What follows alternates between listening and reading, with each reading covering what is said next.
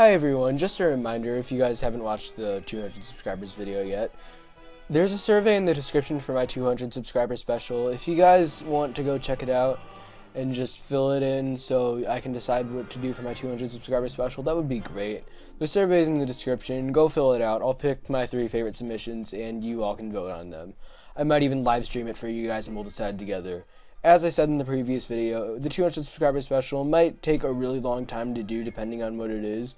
Like, if it's a short film, for example, that could probably take around like 2 to 4 months at least. But anyways, go take the survey. I really appreciate all your submissions already, and just enjoy the video. Colors weave into a spire of flame. Distant sparks call to a past still unnamed. Bear this torch against the cold of the night. Search your soul and reawaken the undying light.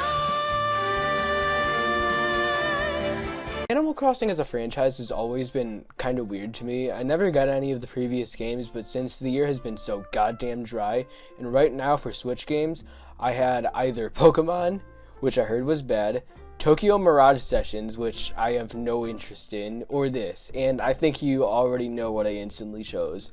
The hype building up to this game was some of the biggest I've experienced since I'd say maybe Smash Ultimate or Mario Odyssey. Even with Luigi's Mansion 3, which I really think is better than Mario Odyssey, wasn't even that big. I could barely sleep the night before this game came out. It was probably because the year for the Switch has been so dry. We haven't even gotten a Direct yet as I'm writing this, nor do we know anything else is coming out this year besides Xenoblade. So since there was nothing else to hype up, and since Animal Crossing is a pretty decently big franchise, I'm pretty sure everyone who has a Switch and at least is slightly interested in this game, and from what I've seen, a lot of people got it too. I was the only one picking it up at my local GameStop when I was there. I think there was another guy picking up Doom Eternal, which is surprising that this game stood it up against Doom Eternal since Doom seems to be a lot bigger franchise than Animal Crossing. But when I got home and put the game on my Switch, there were like 5 or 6 other people on my 14-person friend list who had also gotten this game, and there's like 3 other people who say they're getting it soon. So it seems like this game is doing well. So my first impressions, day 1. So, at first everything felt pretty dry. There wasn't much I could do aside from craft a few items and wander around my little section of the island. I came onto the island with some bear person and a fucking furry. Great.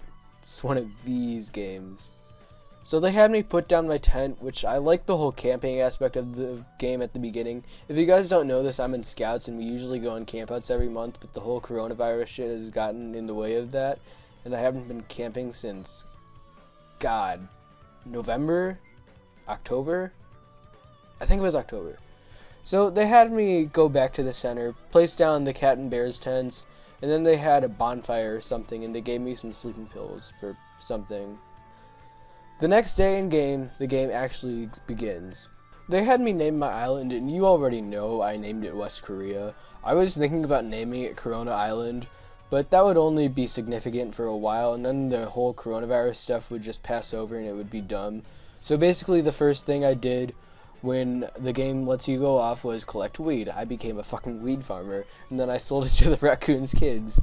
Okay, I just messed around for a while, caught a few bugs, and then fish.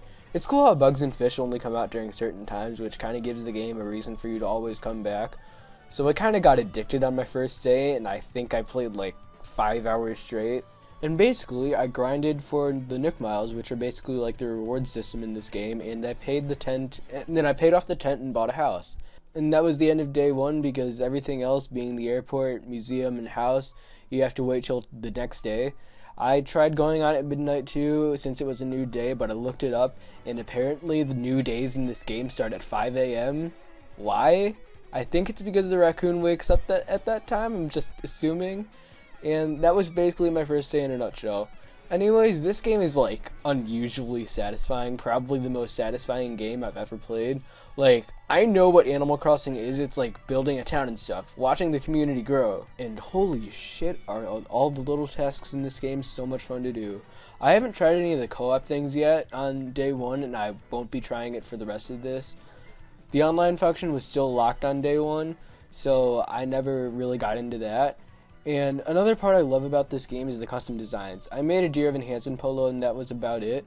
But all the stuff that I can do with this is cool. I get a Link's Awakening vibe from this game. The art style just kind of seems similar. And the game honestly feels like a non-linear Link's Awakening. I don't know if it's because they both take place on an island or because the art styles seem similar, but they feel really similar. I don't really like how they make you wait a couple days for certain things to get going. I just kind of find that dumb, but it's just a nitpick and it really doesn't matter. And I have a feeling that this game is just going to get less and less fun to play as I unlock things. Like right now is the peak of the game and it's only downhill from here because that's what most simulator games are like. But who knows, Nintendo is really different from other companies and maybe this is the most boring part of the game and it's all uphill from here. I don't know. I also like it how it matches real time, like the sun will set with the real sun. Anyways, that was day 1, so now on to day 2, I guess. So, day 2 started with a raccoon man giving an announcement and he told me to go to my tent, which was now a house. It looked pretty generic so far, but you can store more items in it that you don't want. That was a problem yesterday. I collected a bunch of fish and bugs and my inventory was completely full and I had no place to put them, so I just left them outside in the cold. So in the morning I had like 9 fish tanks just sitting behind my house. I almost sold them to the raccoon kid, but just decided not to because with my luck I was going to sell them and I would need to give them to the museum guy the next day. So I waited and I did need to give them to the museum guy. I gave him all my fish and bugs and I still needed to collect more fish and bugs. I think it was like 3. The raccoon kid also wanted me to collect him some wood. I didn't want to destroy any of my own trees. So the raccoon guy gave me a ticket to go to another island. So I took it. It took me to a random island. I found this fox lady and robbed the island of everything I could and left. I did this like 3 more times and then eventually I had enough to have the raccoon kid build a shop. I gave the items to the raccoon kid and he gave me a tent to place down. Of course my dumbass thought it would be cool to have everything in the center. So I put the tent right next to the resident services and also didn't notice that there was a path that I completely blocked off. Great. I also went over to one of my friends' islands and the online was really good. There was no lag at all online. It took at the most like 5 seconds to load in and this was probably some of the best online services on the Switch. But Nintendo, come on. Smash is an online focused game, yet Animal Crossing's online is somehow better. Explain that to me.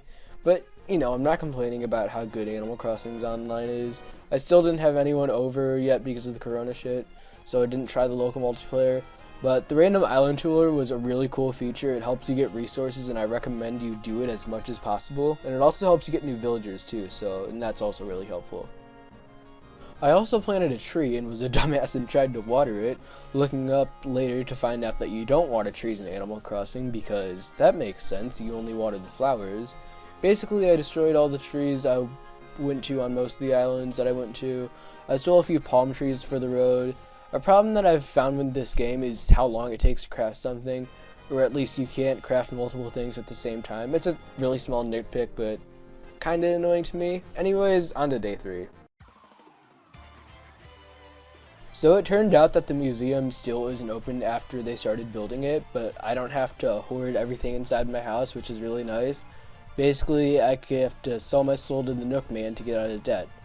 I have to do a bunch of bullshit tasks, which now this game is basically Slave, the game, where you have to build other people's houses and craft 6 items for each of them.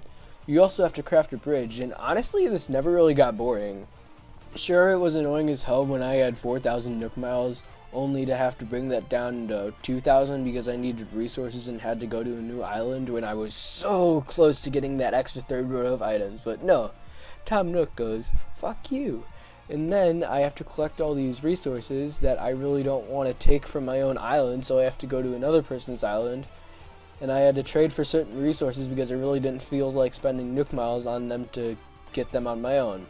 After I did the first house in the bridge, I just went, hey, I haven't played Horizon or basically anything else since I got this game besides Smash, so I went back on Horizon. I played Horizon a ton until I finished it, knowing that if I put it down, I wouldn't be able to pick it back up, since my life is devoted to Animal Crossing now, so I finished it. A review for Horizon is coming later this week, but back to Animal Crossing. On the 3rd day, I went to a new island like 4 times, maybe more. I don't know. It was a lot, just take that. One thing I also noticed in this game that got annoying after a while was how once I backed out of a conversation, I had to like restart it completely. Like let's say I accidentally hit local play when I was talking to the dodo and I wanted to do online. I had to exit the conversation, go all the way back, tell the guy I want to fly, and then hit online. And I think a better way is to have the TV in the airport come down so you can go to it because there's 2 tabs, either online or local, and islands will come up from there. I just think Nintendo could easily fix this issue. Also, why the hell does Nook's Cranny only stay open for certain hours of the day? It isn't like they couldn't have it open for 24 hours. Maybe later in the game it is open for 24 hours and I'm just complaining about nothing. But I don't know. So eventually I got all 18 items for Tom Nook, the raccoon man who forced me to craft. And I even had some time to make this meme to post to Reddit.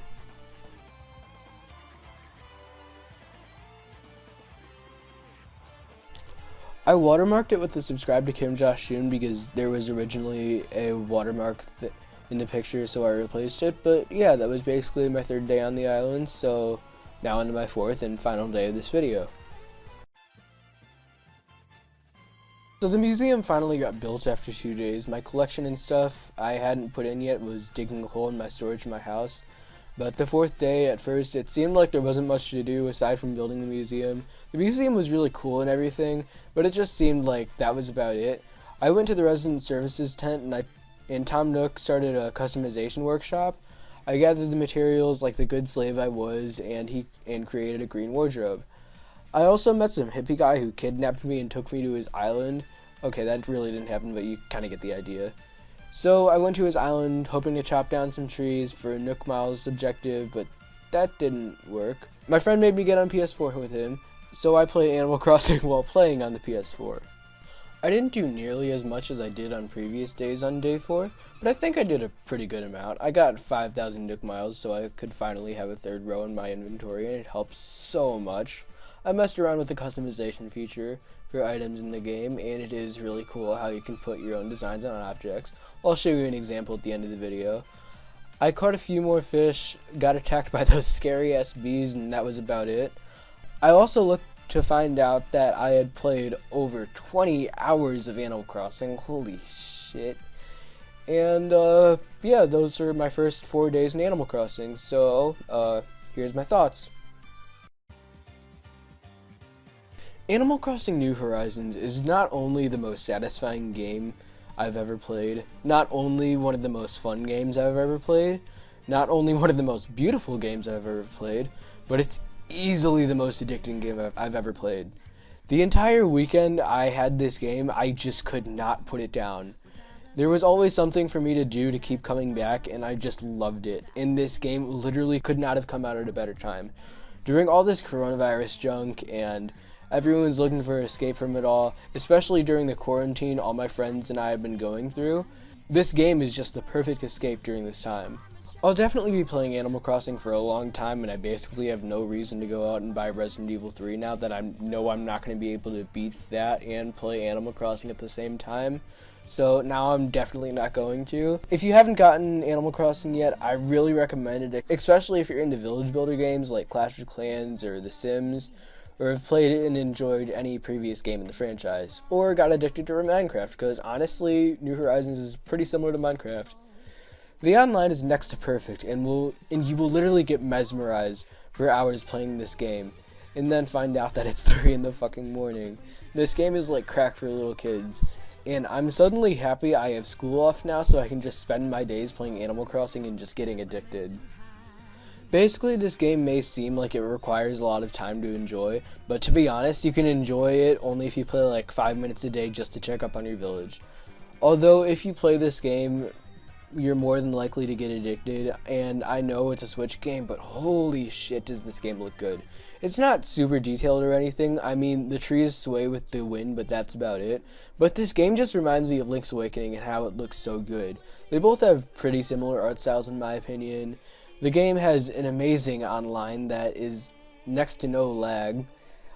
Although it is kind of dumb that you can't live on the same island as someone else, kind of like a Minecraft Realms Online, but they could easily fix that in an update. Also, Nintendo, please, for the love of God, just let people have 2 islands on one Switch. It's annoying as hell to not be able to have a second island, or at least be able to have it like in Minecraft where you could create multiple worlds. It would just be so helpful. Maybe there could be a way where they brought back the NES games so you could play NES games on this, but you know what? I don't care. It doesn't matter. Go play NES games on the Switch Online. I wouldn't be playing them anyway. There's a lot this game could learn from Minecraft though. It's taking baby steps, but it's far from there. Aside from some things they could have done and some menu issues, there really isn't that much wrong with this game.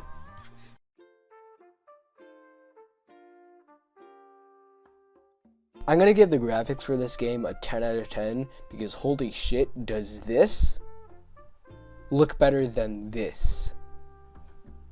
Controls are a 7 out of 10 because they feel a bit wonky at sometimes, but like 90% of the time they're fine. Gameplay is a 10 out of 10 easily. This will distract you for hours in one sitting. Super satisfying and really addicting. Music is a 10 out of 10.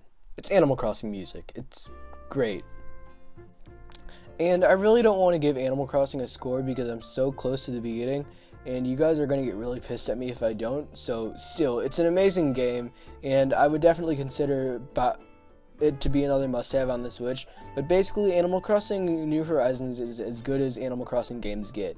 I even think Amiibo Festival is worth it for New Horizons in the long run. In the long run, Animal Crossing New Horizons was worth the delay, worth the wait, and the immeasurable hype surrounding this game. It is damn near perfect in every way, and by far the most satisfying game I've ever played. And, best of all, you can make a USSR house. 10 out of 10 game of the fucking year.